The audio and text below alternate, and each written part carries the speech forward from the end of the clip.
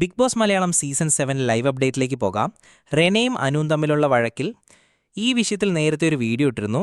ഇതിന് റീസൺ എന്തെന്ന് വെച്ചാൽ നമ്മുടെ അനും ശരത്തുമൊക്കെ ഇപ്പോൾ കിച്ചൺ ടീമിലാണല്ലോ.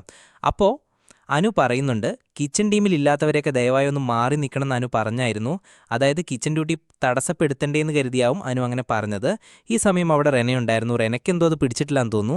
അപ്പോൾ റെന പ്രൊവോക്കായി എന്നോട് പറയുന്നുണ്ട്, അതെന്താ ഞാനിവിടെ നിന്ന ഇവിടത്തിന് മുമ്പും ഇവിടെ കിച്ചൺ ടീം ഉണ്ടായിരുന്നു, അവർക്കൊന്നും ഇല്ലാത്ത അഹങ്കാരമാണല്ലോ നിങ്ങൾക്ക് എന്ന് പറഞ്ഞ് റെന വേദേ കയറി ചൊറിയുന്നുണ്ട്. പിന്നെ അനു കയറി പ്രൊവോക്കായി അങ്ങോട്ടും പറയുന്നു, നീ തരത്തിൽ പോയി കളിക്ക്, ഇങ്ങോട്ട് ഉണ്ടാക്കാൻ വരല്ലേ, നിന്നേക്കാളും 9 ഓണം ഉണ്ടകളാണെന്നൊക്കെ അനു പറയുന്നുണ്ട്.